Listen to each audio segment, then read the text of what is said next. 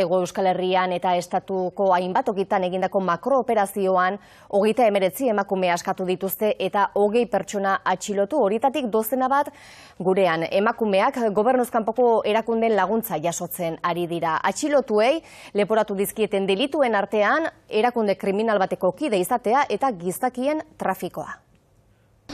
Bilbon gaur azken atxiloketa eginda, Ertzaintzak eta Polizia Nazionalak desegintzat ematen dute emakumeak sexualki esplotatzen zituen Euskadiko sarerik handiena.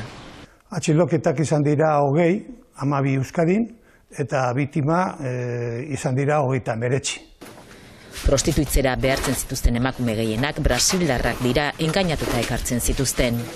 Hemen ja, ordaindu behar zuten bai bidaia eta alokairua ere bai. Eta orduan zorra handia sortzen da, azkenean prostituzioa egin behar zuten bai.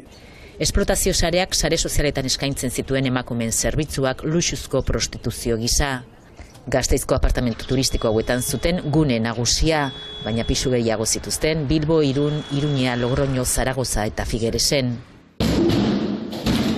Makrooperazioa ahalbidetu duen dispositiboa duela urte terdi jarri zuten martxan, babestutako lekuko batek emandako informazioari esker. Operazio handia izan da eta bete izan ditu gure helburuak, bai. Atzemandako materiala aztertzen dabiltza orain, dokumentazioa, droga eta ibilgailuak. Atxilotuei leporatzen dizkieten delituen artean, talde kriminal bateko kide izatea eta gizakien trafikoa.